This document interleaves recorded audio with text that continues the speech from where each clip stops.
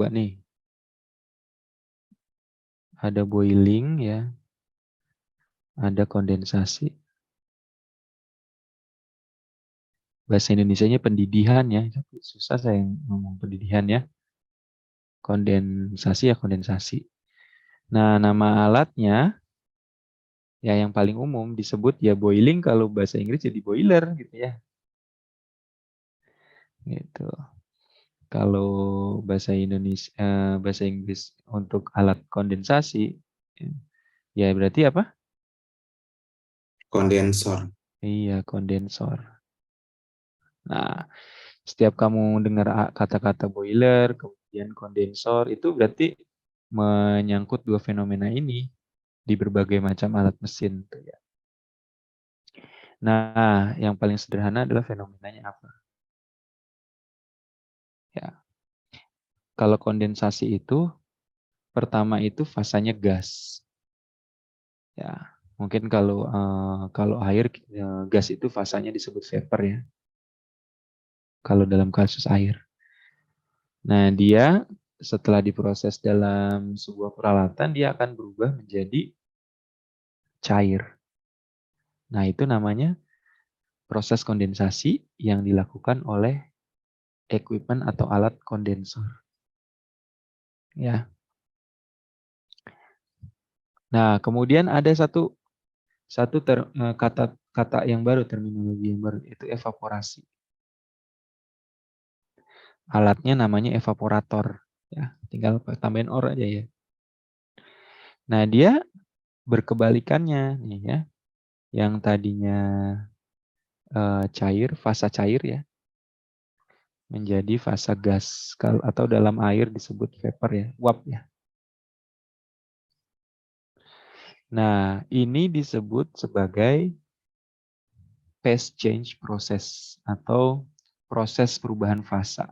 Kalau di buku-buku bahasa Inggris itu disebutnya phase change process ya. Nah, ini keduanya disebut proses perubahan fasa ya. Karena fasanya berubah dari cair ke gas, dari gas ke cair. Nah, ini banyak fenomena mesin ya seperti ini. Makanya kita perlu mempelajari. Nah, sebagai contoh ya, proses kondensasi itu terjadi pada kondensor AC misalnya. Nah, nanti kita lihat gambarnya ya. Kemudian proses boiling, evaporasi ya tentu pada boiler ya. Yang paling sederhana itu adalah saat Anda memasak air. Ya. Nah, fenomenanya nih lihat ya. Saya close dulu.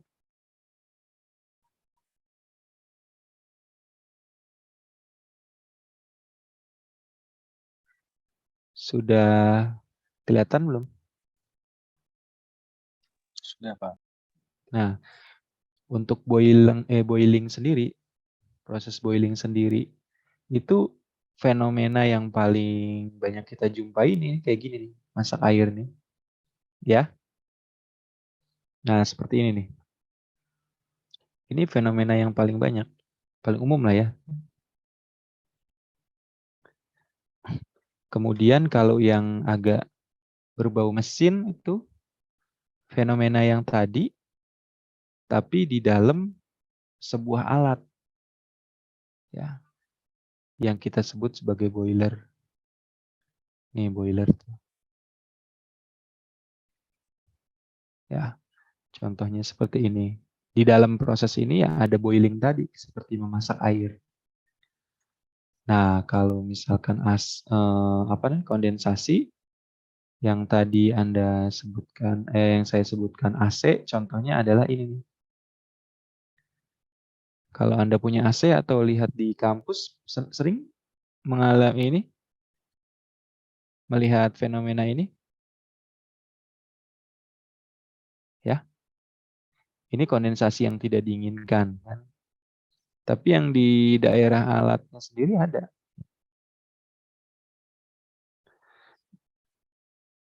nih.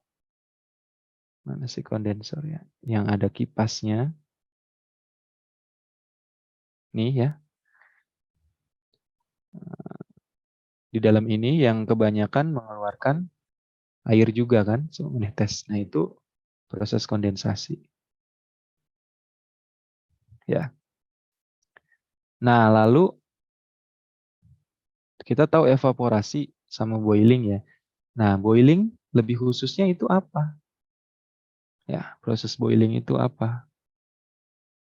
Jadi boiling itu adalah sebuah proses evaporasi yang terjadi antara permukaan solid dan liquid. Ya, jadi sekali lagi saya ulangi. Jadi evaporasi itu proses penguapan, ya. Kondensasi itu proses pengembunan. Nah, di dalam evaporasi ada terminologi kata boiling atau pendidihan. Apa itu? Interaksi yang interaksi evaporasi yang terjadi di permukaan solid dan liquid. Nah, dalam kasus ini misalkan saat Anda memasak air, nah,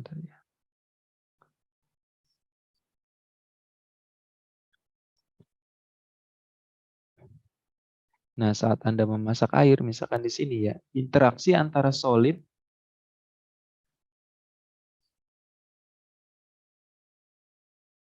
ya, yang saya merahin, interaksi antara solid dan liquid ini disebut proses boiling. Nah, kira-kira begitu ininya, apa namanya, definisinya. Nah, itu yang akan kita pelajari. Sebelum kita masuk ke technically, ada pertanyaan nggak?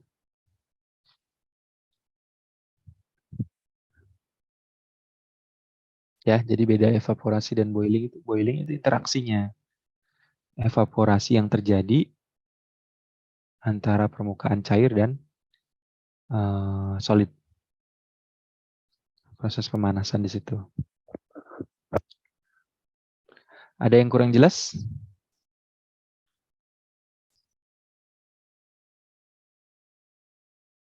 Oke. Nah, kenapa sih mesti tahu tentang boiling dan evaporasi kemudian dan kondensasi? Nah, itu karena banyak sekali fenomena di mesin yang ada ya. Terutama yang tadi saya contohin. Nah, kita akan membahas di dalam materi ini adalah fenomenanya itu seperti apa. Ya. Kemudian lagi-lagi cara mencari transfer panas ya. Besaran transfer panas itu seperti apa? Ya, cara-caranya gitu.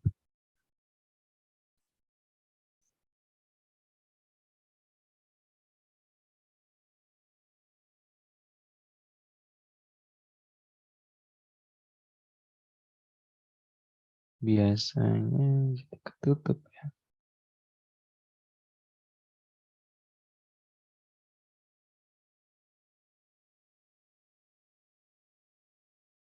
Udah kelihatan, Mas?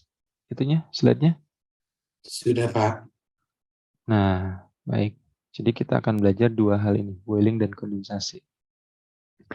Jadi definisinya tadi seperti yang saya sampaikan, ya. Jadi evaporasi adalah boiling adalah evaporasi yang terjadi pada permukaan solid atau padatan dan cairan. Ya.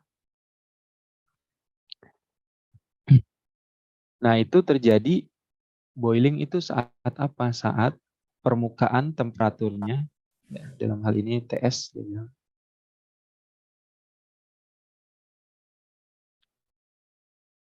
Ini definisinya. Nah, itu terjadi saat TS itu melewati saturation temperature atau temperatur jenuhnya. Ya. Nah, jadi kapan? Saat temperatur permukaan solid itu melewati ini ya, saat solid ini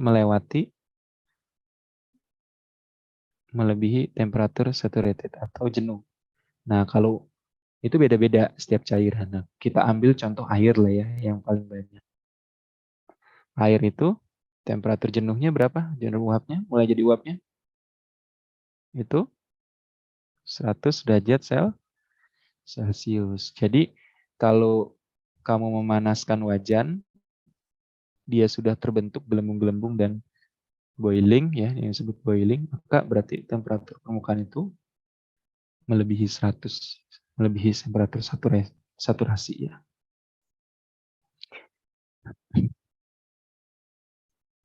Nah, ilmunya apa untuk menghitung itu? Sama ya.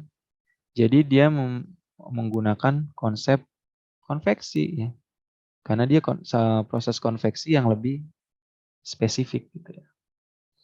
Jadi Newton's Law of Cooling, di mana Q double aksen S itu sama dengan konveksi koefisien, temperatur surface, dan temperatur saturatednya.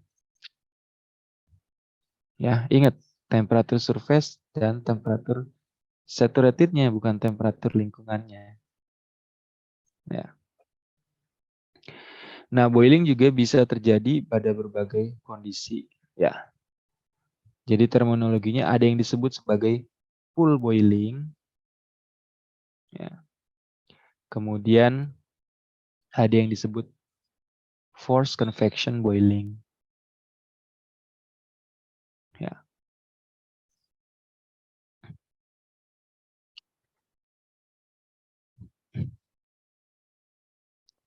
Nah, jadi kalau pool boiling itu fenomenanya ada seperti di pool atau di wadah yang tadi air tuh dimasak, itu namanya proses pool boiling. Ya, kalau misalkan forced convection boiling itu ada apa namanya bantuan seperti halnya forced convection gitu. Bedanya di situ. Tapi kalau yang seperti memasak air itu disebut pool boiling dalam sebuah wadah tempat.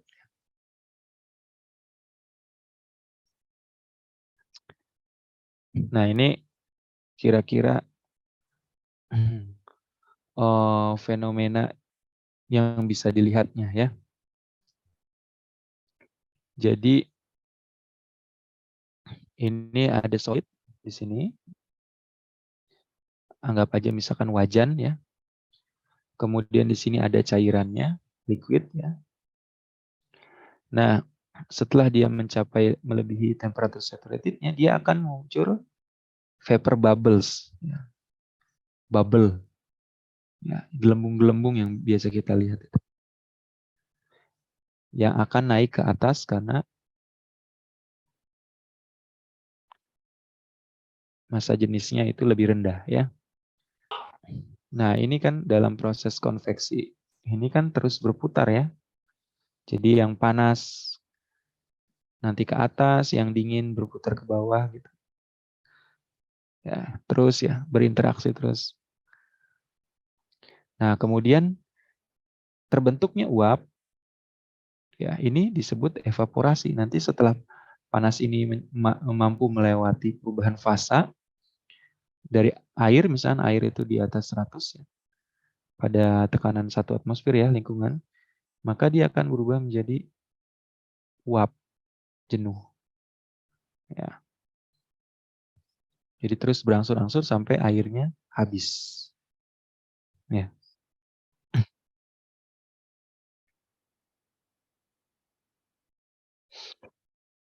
Nah, satu eksperimen yang paling tua yang dilakukan dan dipublikasikan itu dilakukan oleh Nukiyama. Ya, ini seorang Jepang ya, Sato Nukiyama. Nah, di topik ini ada 5 atau 6 ya, 5 atau 6 orang bimbingan TA saya yang sedang mengerjakan proyek ini. Ya, mengerjakan pool boiling nanofluid ya di area ini. Nah, dia benchmarknya adalah menggunakan eksperimental yang dilakukan Nukiyama, ya orang Jepang ya. Nah, jadi Nukiyama mencoba memboilingkan atau mendidihkan air ya, di mana air itu kondisi tekanan 1 atmosfer seperti biasa di lingkungannya. Kemudian dia membuat wire yang menjadi heaternya, seperti kabel yang menjadi heater ini. Kemudian dikasih input arus listrik ya, sehingga menjadi hambatan ini kan, dan menjadi panas. Nah, panas tersebut ternyata bisa menghasilkan boiling nih. Kalau Anda lihat ini ada bulat-bulatan nih yang ke atas. Ya. Nah, ini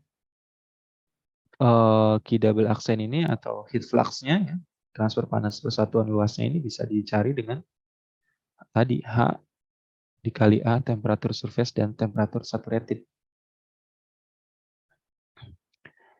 Nah, apa yang terjadi dari eksperimen yang dilakukan Ukiyama? Nah, ini yang disebut dan terkenal sekali dengan konsepnya atau hasil eksperimennya yang disebut sebagai boiling curve ya, kurva boiling.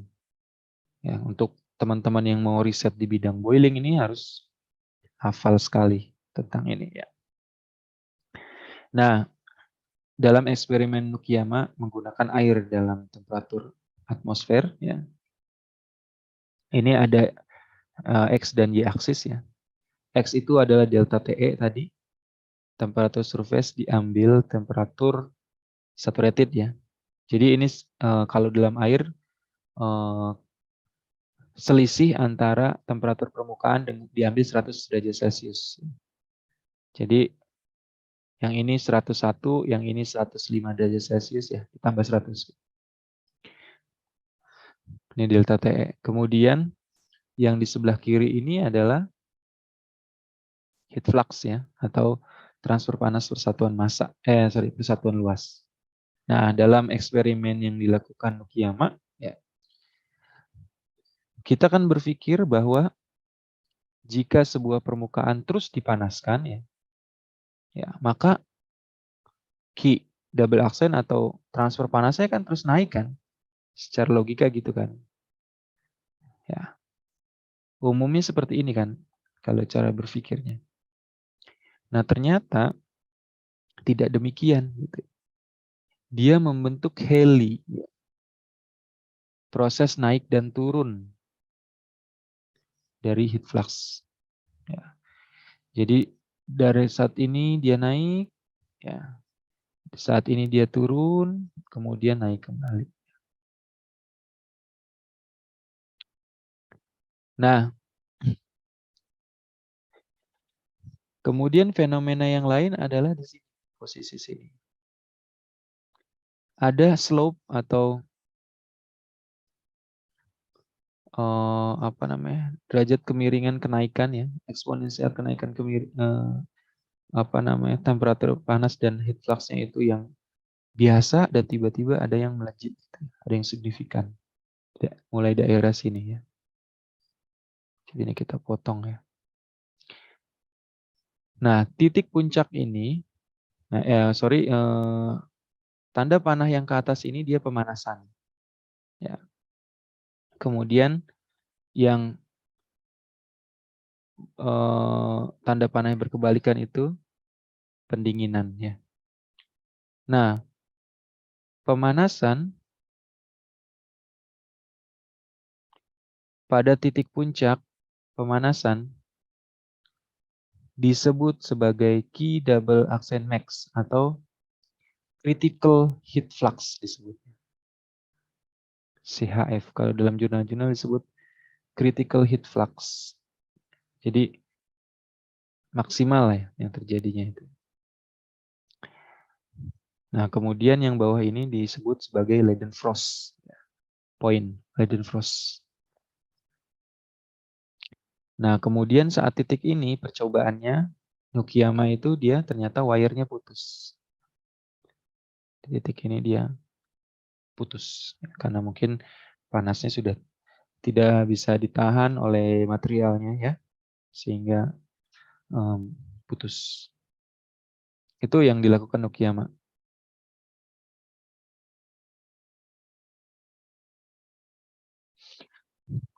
Nah, lalu berbagai peneliti itu mendefinisikan lebih detail dari Inukiyama yang dilakukan oleh Inukiyama. Ininya sama, ya, ininya sama, ya.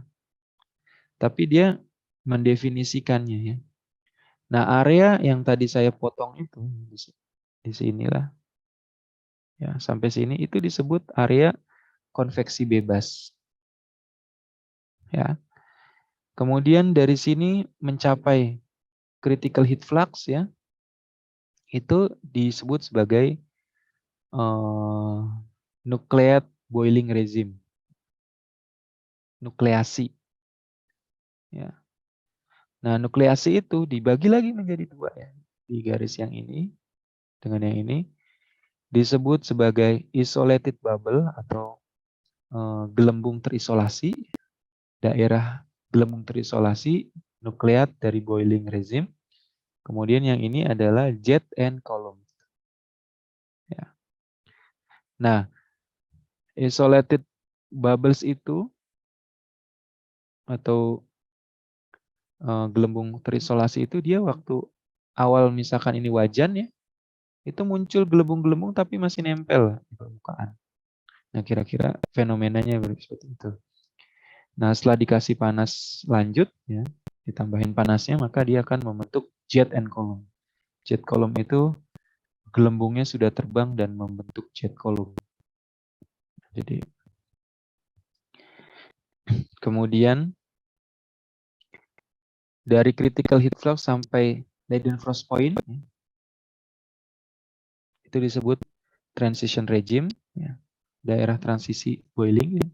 Kemudian dari dari mulai titik Leidenfrost, ya, dan selanjutnya itu disebut film boiling, lapisan tipis. Ya. Nah, fenomena-fenomena ini itu ternyata akan memberikan efek yang sangat signifikan. Nah, dalam proses pembuatan mesin yang menginginkan transfer panasnya tinggi, itu di daerah rezim mana? Jadi kalau Anda bikin mesin seperti boiler gitu, ya, peralatan boiler, pemanas gitu, kira-kira rezim mana yang akan Anda pilih dalam kondisi atmosfer?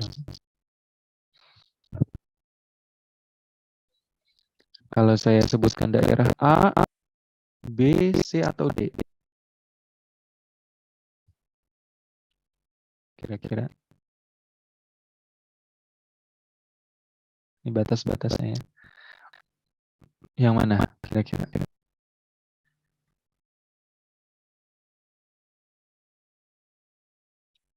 Ada yang tahu?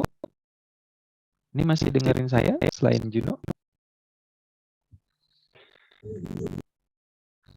Mungkin kalau yang untuk dipilih untuk boiler di nuklear. Ya, ya.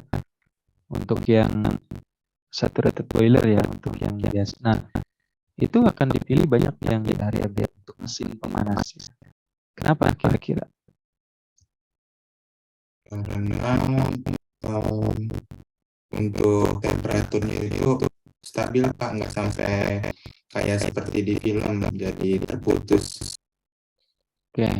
Nah, yang paling tepat adalah energi yang kita kasih sedikit tetapi menghasilkan heat flux yang tinggi. Gitu.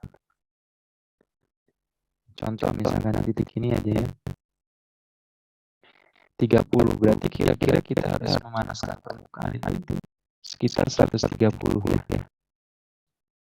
Tapi menghasilkan heat flux melebihi 10 pangkat 6. 10 pangkat 6 itu sejuta lah, ini sejuta watt per meter kuadrat. Sedangkan kalau sudah lewat area lihat rezim, misalkan contohnya transisi di sini, kita memanaskan lebih dari 30, let's say 30 sampai 120 di tengah-tengahnya, berarti selisihnya 94, berarti 75 kan? 75 ditambah 100 tes saturated berat ini 170. Ya, harus dipanaskan 170 tapi menghasilkan flux yang jauh rendah. Gitu. Bisa jurnal nonton. Bisa Pak. Ya. Nah, dengan boiling curve ini orang-orang tahu ternyata memberikan panas yang melebihi itu belum tentu menghasilkan rasa panas yang tinggi. Ternyata ada daerah itu yang dikasih rendah energinya, tetapi melakukan rasa panas yang tinggi. Jadi kalau di daerah sini secara kesimpulan kita mengasih api banyak dalam kompor, tapi air yang dipanaskannya menguapnya sedikit dibandingkan di resin ini yang kita kasih panas lebih sedikit, energi lebih sedikit, ternyata menghasilkan uap ya yang banyak.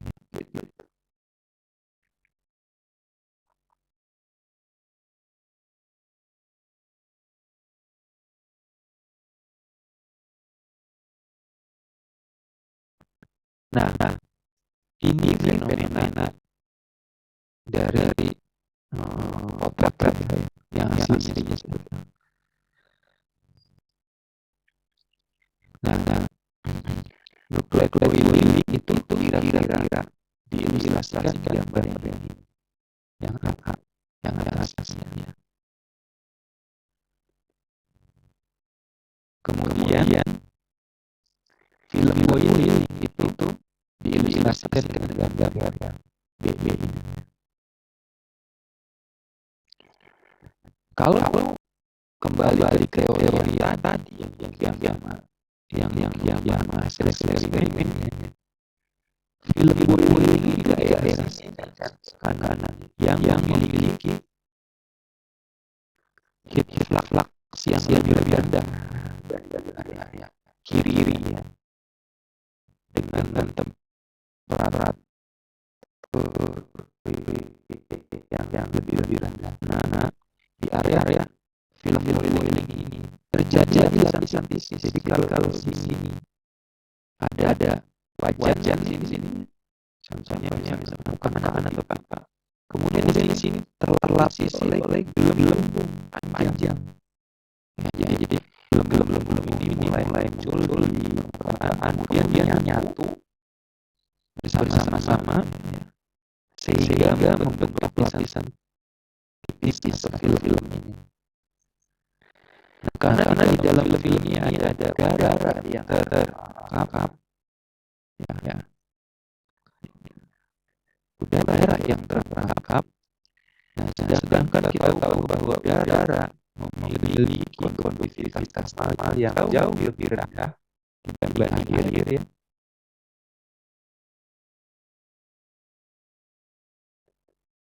Maka transfer panas dari wajan atau topi ini bukan pipa itu tidak sampai penuh ke air ini karena harus melewati hambatan dari udara yang terbentuk ya. Bisa dipahami? Itulah fenomena kenapa di film itu jadi penurunan sampai membentuk ledrosfoid gitu. Apakah ini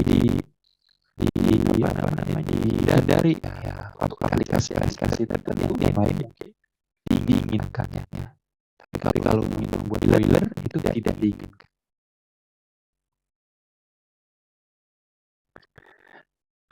Nah, terus autocalculator gimana tuh hitungnya? Cara hitungnya ya sama. Tetapi seperti konveksi alami ya. Tetapi untuk korelasi persamaannya banyak sekali. korelasi persamaan. Contohnya misalkan ini persamaan yang di-develop dikembangkan oleh Roh Senow ini tuh terkenal banget Senow. Maka di MIT itu ada labnya Roh Senow Kendall.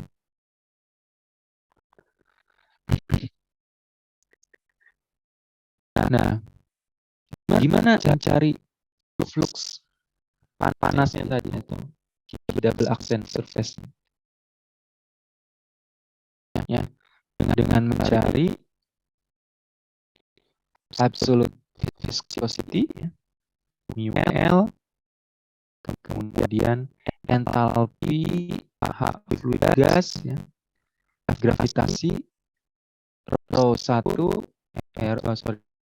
liquid, ya, bisa jenis liquid, bisa jenis vapor, uap, dibagi sigma, ya, kemudian kapasitas panas liquid, delta TE.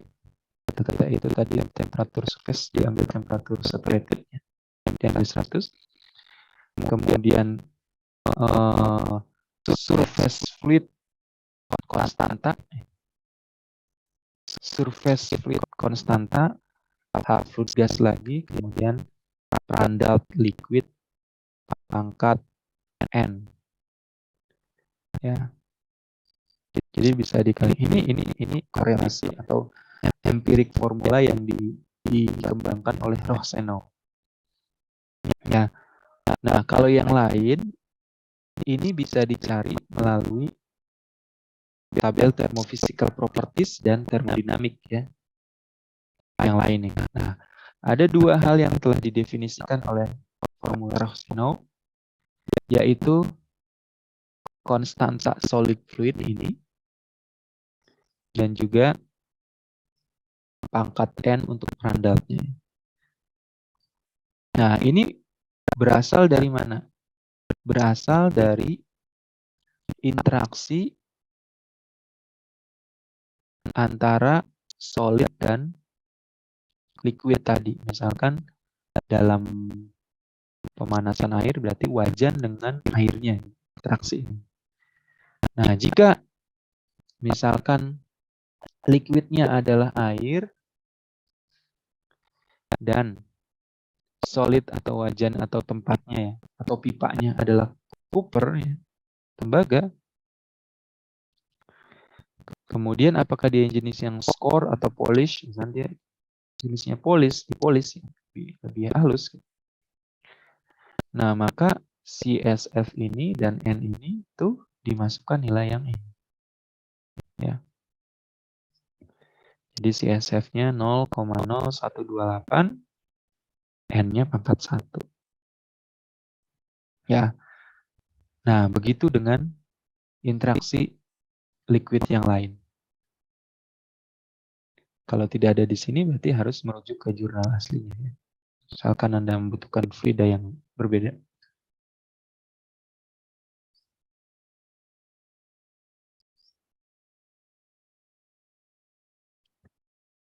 Nah, lalu bagaimana untuk mencari, tadi kan transfer panas. Bagaimana untuk mencari critical heat flux? Berarti area yang tadi kalau di grafik itu, ya, yang di grafiknya Nukiyama itu, di daerah yang ini, kira-kira, ya. Puncak. Nah, ada orang lain yang telah mendevelop formulanya, ya, yang dilakukan oleh Kutateladze, ya, melalui analisis dimensi dari Zuber, melalui hydrodynamic stability analysis, ya. Itu didapatkan ekspresi seperti ini.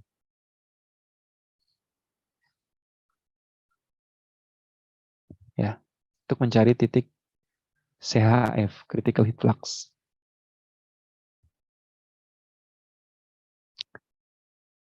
Terus gimana kalau mencari nilai minimum yang di sini? Berarti ini Leidenfrost point, kalau tadi namanya Leidenfrost point, ya.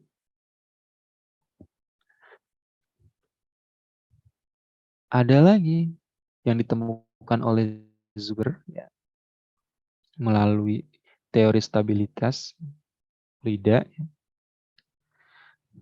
didapat bahwa formulanya seperti ini.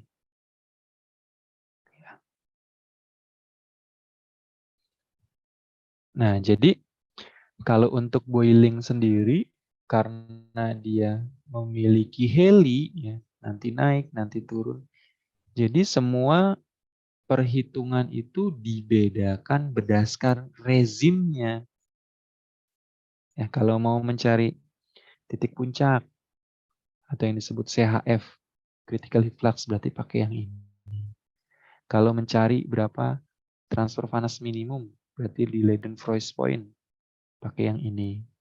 Gitu ya.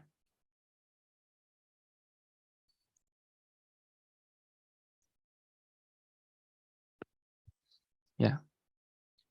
Lalu gimana yang di area rezim film boiling? Ya, yang tadi sebelah kanan itu setelah Leidenfrost. Nah, pakai persamaan yang berbeda. Ya. Jadi persamaan yang ditampilkan seperti ini.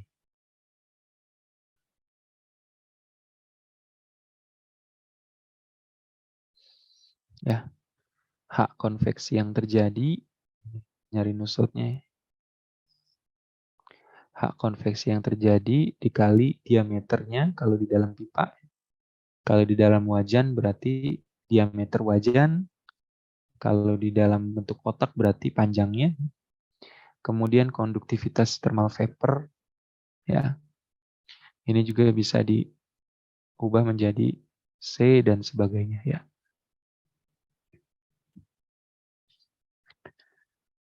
Seperti itu.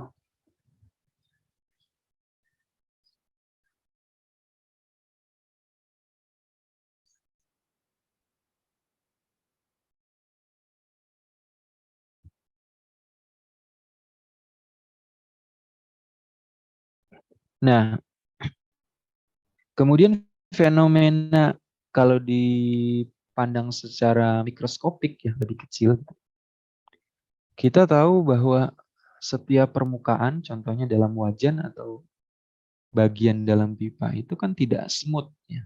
Tidak rata semua ya. Ada yang disebut sebagai surface roughness atau kekasaran permukaan. Nah, kekasaran permukaan yang bervariasi dan membentuk bentuk yang berbeda-beda itu ternyata memiliki efek terhadap pool boiling. Nah, yang paling banyak mungkin muncul pada permukaan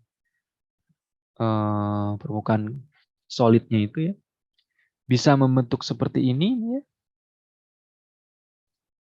seperti sumur gitu ya. Bisa juga seperti tiba-tiba membesar bulat gitu ya, atau bisa juga tidak mengecil di area luarnya ya, sama.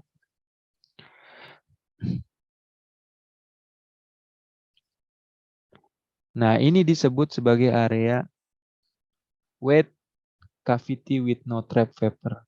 Bahasa Indonesianya adalah cavity itu rongga ya, yang terbasahi tapi enggak mentrap atau apa namanya? Bahasa Indonesia trap, terjebak gitu ya.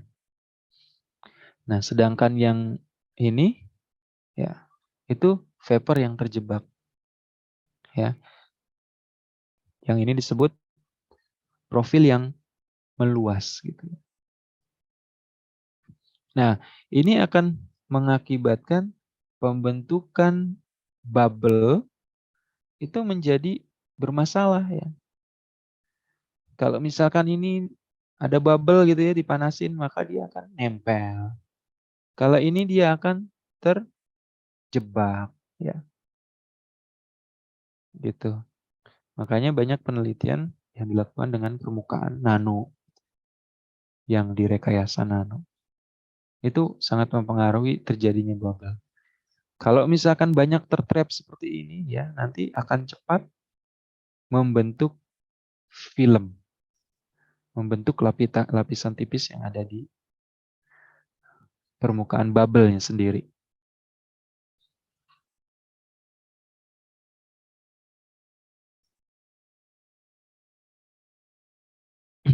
Nah, contoh dari bubble seperti ini, misalnya fenomena menghitung bubble boiling. Jadi misalkan ini ada pan atau sebuah pemanas ya, yang berdiameter 0,3 meter. Jadi ini diameternya 0,3 ya.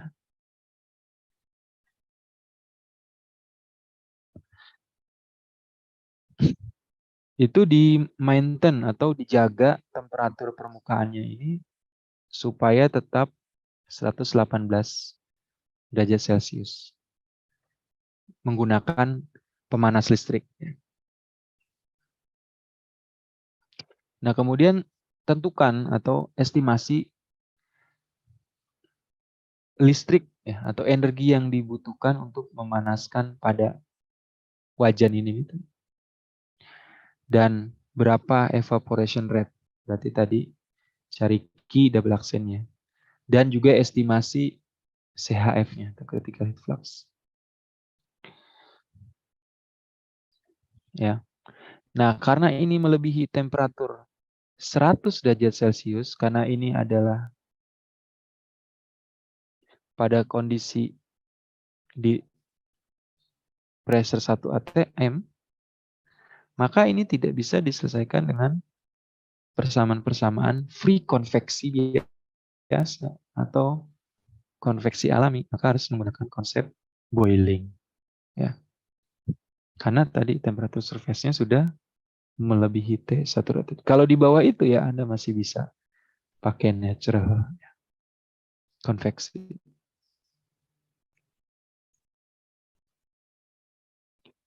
Nah, maka hal yang harus dilakukan adalah Anda mendefinisikan atau mencari melalui tabel termo, melalui tabel heat transfer, thermophysical properties lah ya. Semua yang diperlukan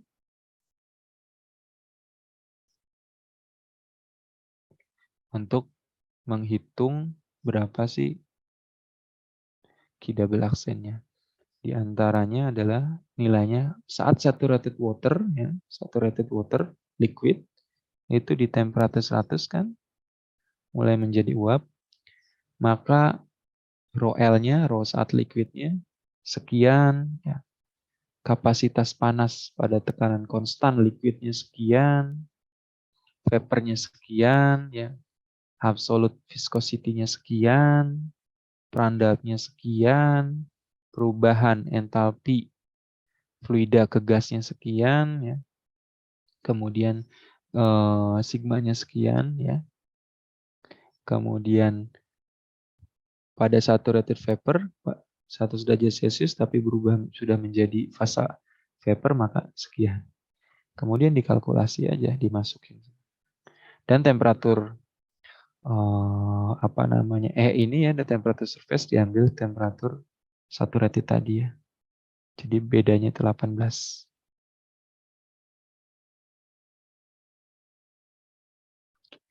Setelah dimasukin, semuanya tinggal dikalkulasi. Nah, didapatkan bahwa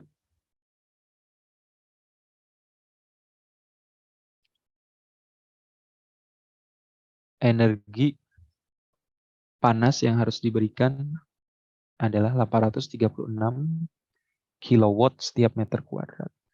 Nah, karena kita sudah tahu diameternya 0,3, maka kita rubah berapa energi yang dibutuhkan. Ternyata membutuhkan 59,1 kilowatt.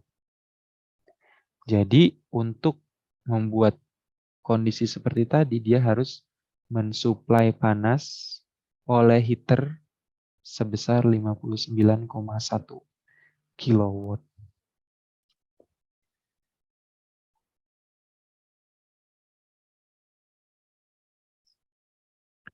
Ya. Kemudian bagaimana cara mencari critical heat flux? Ya, sama.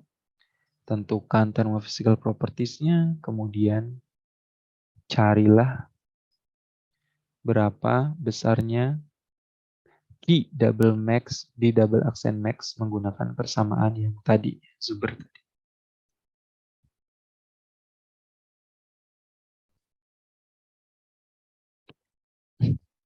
Nah, bagaimana dengan kejadian forced convection boiling?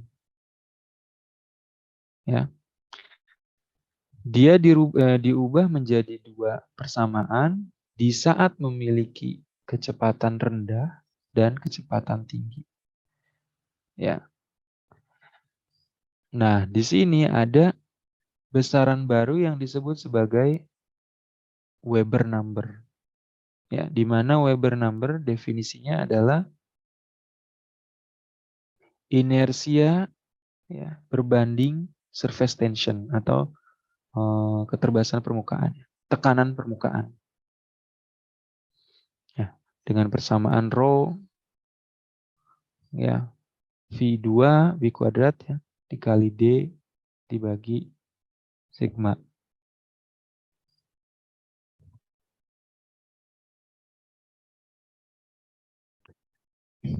Nah, ada fenomena yang lain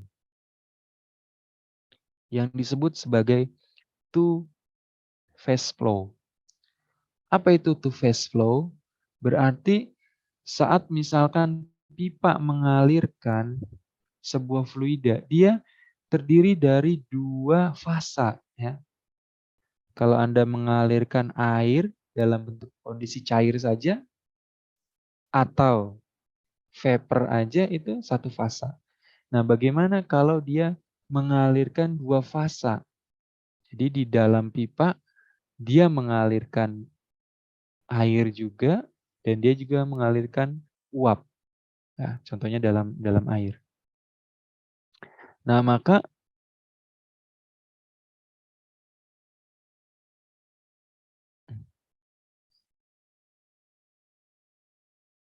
dua fasa itu akan terbentuk seperti ini nih. Contoh misalkan.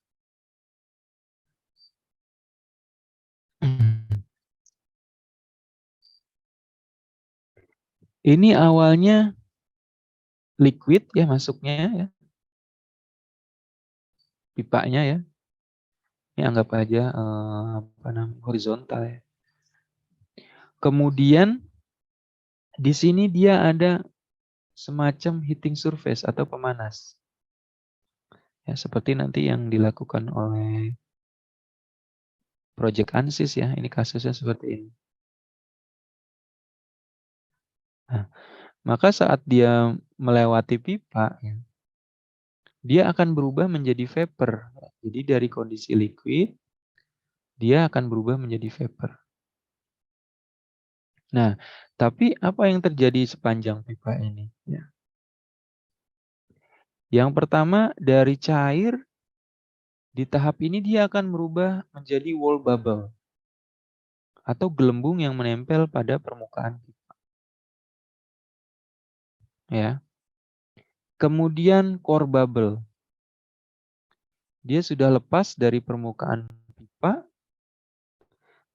ya, tetapi belum bercampur nih, tapi sudah lepas. Kemudian vapor slug. Ya. Di antara bubble-bubble yang terbentuk tadi, itu sudah menyatu ya. Bersatu ya, sehingga membentuk bubble yang besar. Nah, setelah sampai vapor core, berarti dia sudah mulai menjadi hampir 100% vapor semuanya ya. Kemudian liquid film, ya. Filmnya ada di permukaan ini ya, lapisan tipisnya, dan terjadi liquid droplet, jadi yang air-air tadi netes di bagian ini, ya. Kemudian dia berubah menjadi vapor.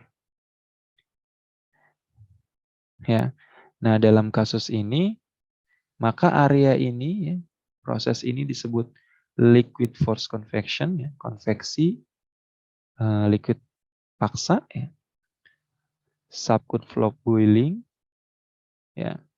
Kemudian di sini mulai bubbly, ini disebut area slump, anular, mist, kemudian vapor force convection.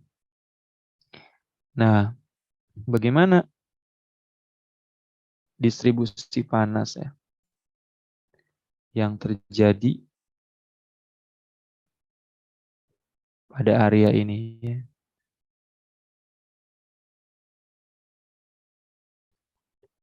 Jadi di daerah ini dikasih panas, kemudian dia meningkat panasnya ke sini. Kemudian panas yang dikasih sudah mulai turun. Jadi di daerah ini pemberian panas yang berlebih.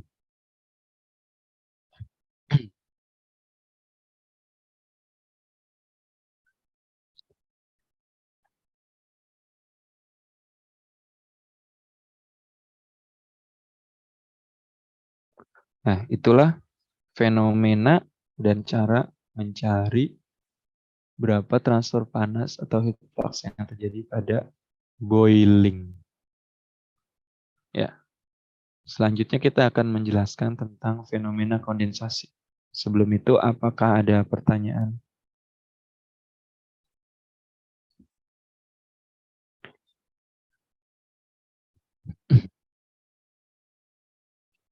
Atau dilanjut? Halo, masih ada di situ? Lanjut saja, Pak. Tidak ada pertanyaan. Oke. Nah, kedua adalah proses kondensasi, ya.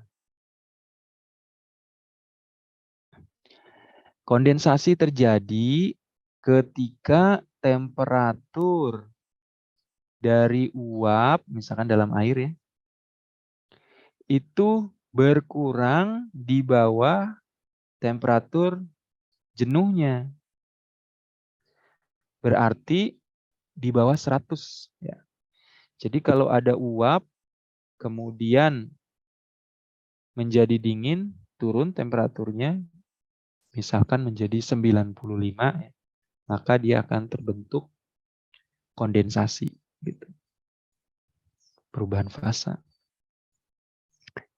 Nah, model atau bentuk-bentuk kondensasi yang terjadi, mode, ya, itu ada yang disebut film kondensasi, ini yang A. Jadi di permukaan pemanas ini jadi terbentuk lapisan tipis, ya. Kemudian dropwise. Drop itu ya butiran-butiran, ya, membentuk di permukaan, itu disebut dropwise kondensasi. Kemudian ada bentuk fog kondensasi.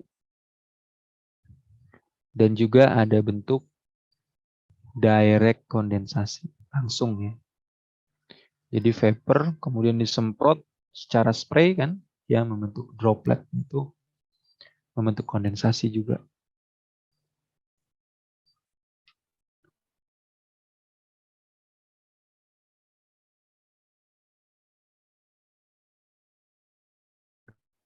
Nah, ini fenomena yang digambarkan dropwise dan film. Jadi kalau dropwise itu karena ada drop-dropnya. Sedangkan film wise kondensasi, ya, film kondensasi itu dia tipis, ya. Sebenarnya ini ada kondensasi. Tapi karena berlapis seperti film, tipis, ini seperti tidak kelihatan. Itu kejadian nyatanya seperti itu di permukaan.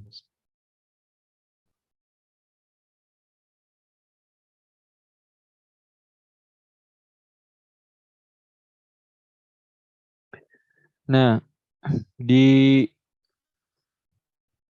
dropwise atau di kondensasi itu juga terjadi hidrodinamis, ya. Contohnya di area film kondensasi atau mode film kondensasi. Ini kan lapisan membentuk ini, ya, Kalau dia bentuk vertikal begini berarti dia akan turun ke bawah kan, mass flow-nya ya, kondensasinya. Kalau thermal boundary layer-nya seperti ini terbacanya, ini transfer panas yang lebih besar itu di daerah sini karena berinteraksi dengan dinginnya udara. Jadi makin luar itu makin delta TE-nya lebih tinggi. Kemudian velocity boundary layer-nya ya kira-kira seperti ini. Atau profil kecepatannya. Ya.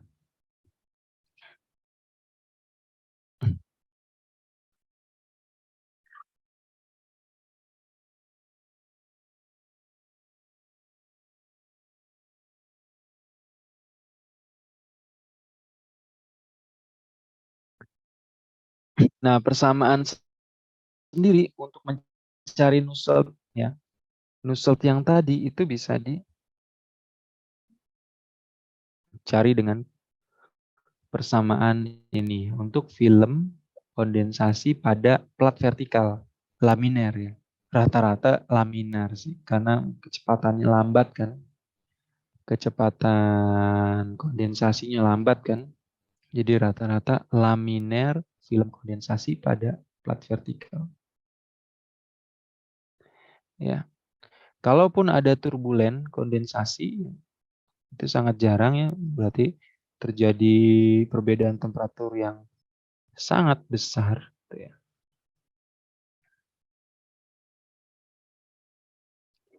Nah, balik lagi ya, untuk menentukan itu laminer, itu turbulen, kita tetap menggunakan besaran Reynolds. Ya, besaran Reynolds. Kemudian pengukuran Reynolds-nya gimana? Jadi kalau nilai Reynolds-nya di bawah sama dengan 30 itu termasuk laminer pada film kondensasi. Tapi jika dia melebihi 1800 ya, itu dia termasuk laminer turbulen ya. Nah, di antara itu memang jarang. Jadi di antara 30 sampai 1800 itu di area namanya transisi. Dan biasanya kita menggunakan persamaan yang turbulen.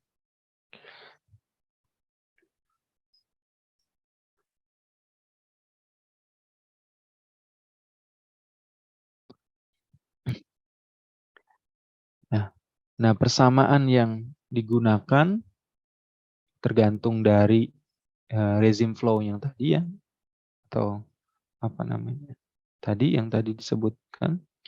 Jika kondisi Reynolds di bawah 30 pakai ini, di transisi ya, ini persamaannya persamaan siapa nih? Nusselt ya. Kemudian ini korelasi oleh Kutateladze ya, yang di transisi, kemudian yang di daerah turbulen itu oleh Labunsov ya, persamaan Nusseltnya.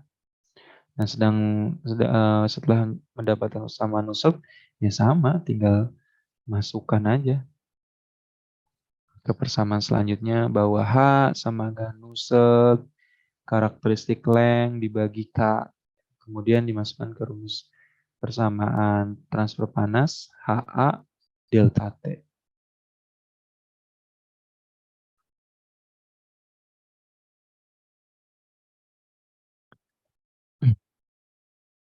Nah, ini kira-kira kalau dilihat ya Nusselt untuk kondensasi pada plat vertikal ya.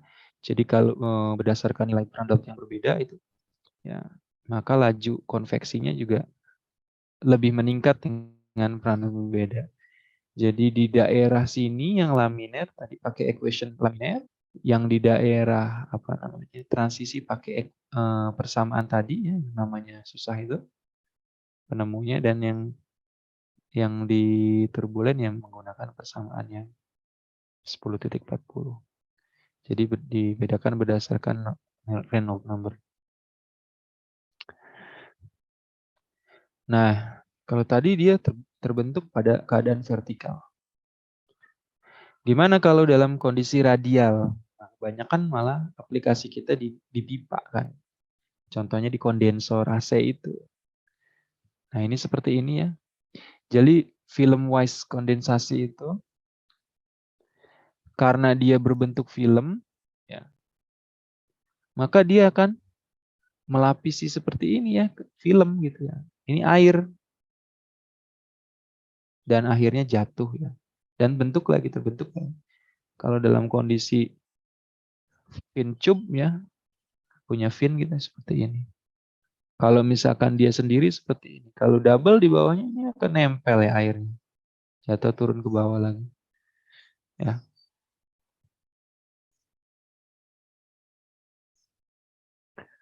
Nah, ini gimana mencari nusseltnya ya? Menggunakan persamaan ini. Kemudian dirubah menjadi H. Kemudian dimasukkan ke dalam Q HA delta T. Jadi berbedanya adalah persamaan nusseltnya untuk mencari transfer panas. Nah, bisa juga terjadi di horizontal tube. Ya.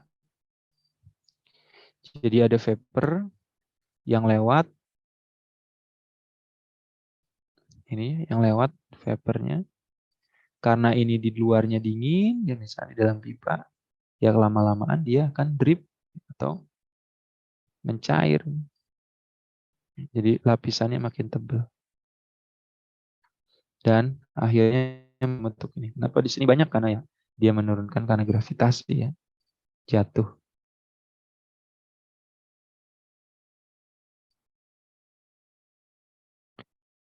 Nah, gimana kalau yang dropwise? Yang tadi kan film. Ini dropwise yang tadi butiran-butiran jatuh.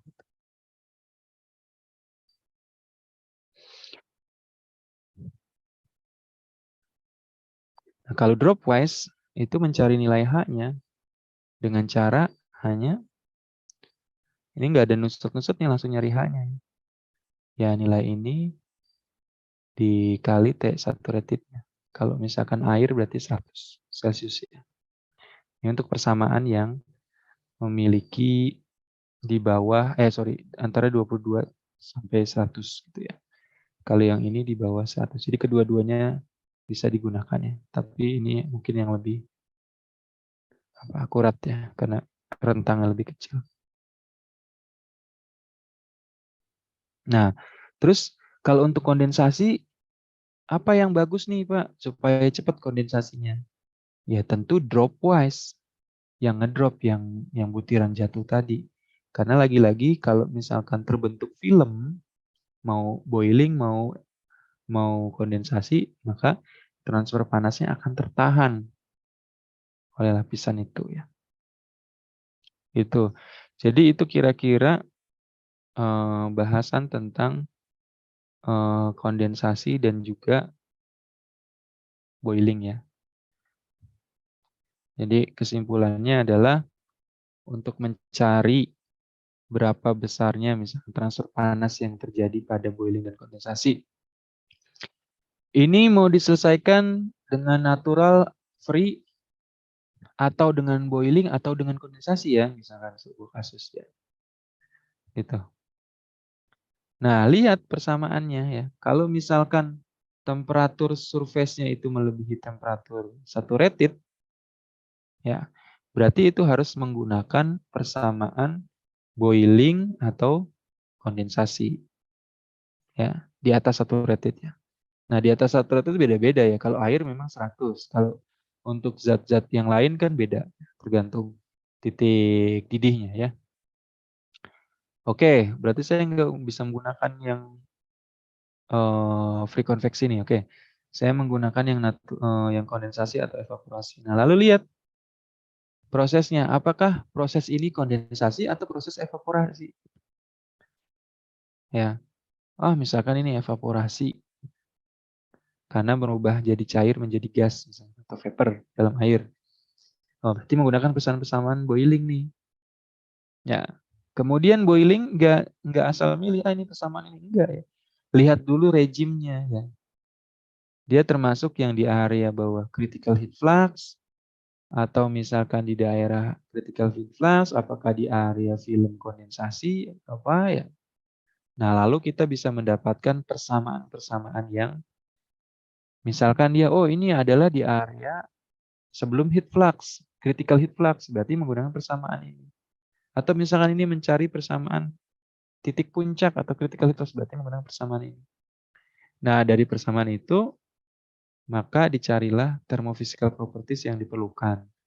Lalu dimasukinlah dan sehingga menghasilkan data transfer panas terjadi di situ. Nah, dengan memprediksi transfer panas yang terjadi, maka kita tahu berapa panas yang akan kita berikan melalui heater, misalkan, ya, dalam boiling, atau berapa dingin yang kita harus berikan dalam proses kondensasi. Itu fungsinya mencari akhir transfer panas. Ada pertanyaan?